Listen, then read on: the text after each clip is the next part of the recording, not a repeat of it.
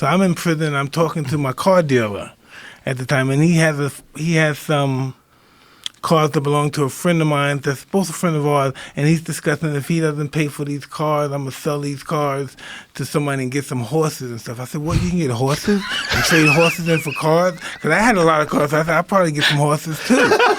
And he said, yeah, man, you get cougars, lions, tigers. I know this guy got exotic. I said, you do? Can you get me some tigers? He said, yeah. And the guy told me, and the guy said, man, imagine how cool that be you be. Because I had a bunch of fancy cars. Imagine that, man, you be in an Aston Martin or a Ferrari, you have a tiger right next to you, man. That would be so awesome. And I'm a young guy. I'm in prison. I'm saying to myself, wow, that would be cool, right? I said, yeah, get me some cubs, man. And then when I came home, I had those cubs right there waiting for me. So you raised them as cubs?